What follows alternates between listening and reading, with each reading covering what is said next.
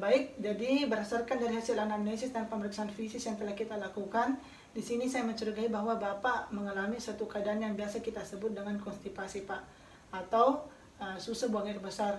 Nah, umumnya keadaan-keadaan seperti ini disebabkan karena seseorang kurang mengonsumsi makanan-makanan yang tinggi serat, contohnya itu sayur-sayuran dan buah-buahan.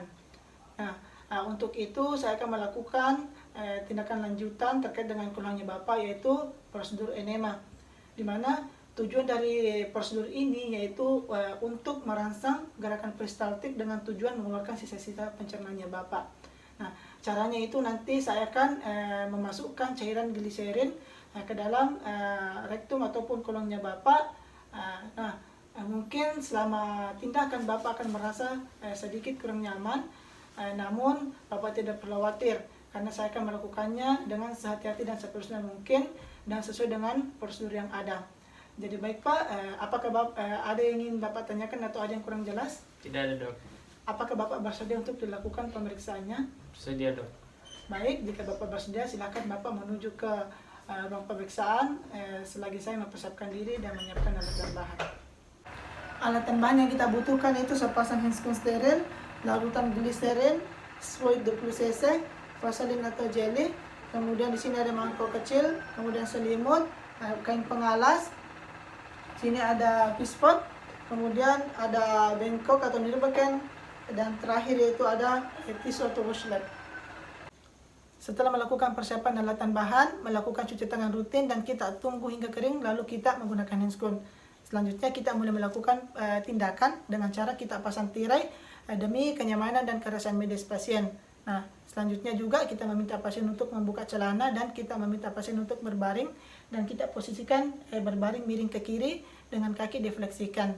Lalu kita pasang kain pengalas pada bawah pantat pasien.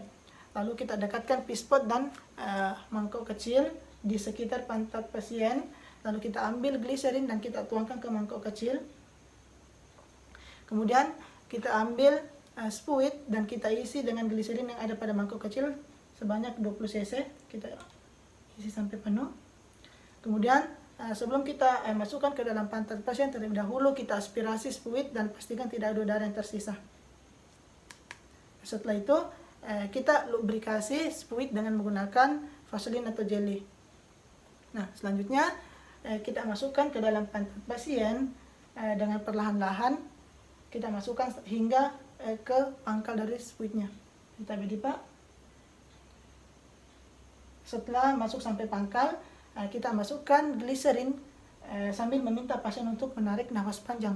Tadi Pak silakan bernafas dengan panjang sembari kita masukkan gliserinnya. Nah, setelah itu kita keluarkan fluid dengan perlahan-lahan, kemudian kita masukkan ke bak desinfeksi. Kemudian setelah itu kita meminta pasien untuk mengubah posisi seperti berbaring miring ke kanan dan kita tunggu hingga 10-15 menit.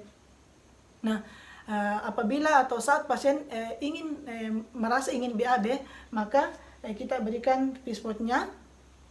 Lalu kita meminta pasien untuk membersihkan anusnya dengan menggunakan tisu yang telah disediakan. Kemudian terakhir itu kita nilai bagaimana karakteristik dari feses pasien, dimulai dari konsistensinya, warna dan baunya. Selanjutnya kita buka handscreen kita, kemudian kita buang ke tempat sampah medis dan kita melakukan cuci tangan rutin kembali dan kita tunggu hingga kering. Nah, dan terakhir di sini kita lakukan dokumentasi terhadap tindakan yang telah dilakukan, di mana kita lakukan dokumentasi dimulai dari waktunya, jumlahnya, kemudian bagaimana karakteristik dari fesesnya, kemudian bagaimana keadaan abdomennya, kemudian nama dokter yang melakukan pemeriksaan, serta terakhir kita bubuhkan tanda tangan. Nah, baik Pak, jadi pemeriksaannya sudah selesai. Terima kasih banyak atas kerjasamanya. Bapak bisa menggunakan celananya kembali.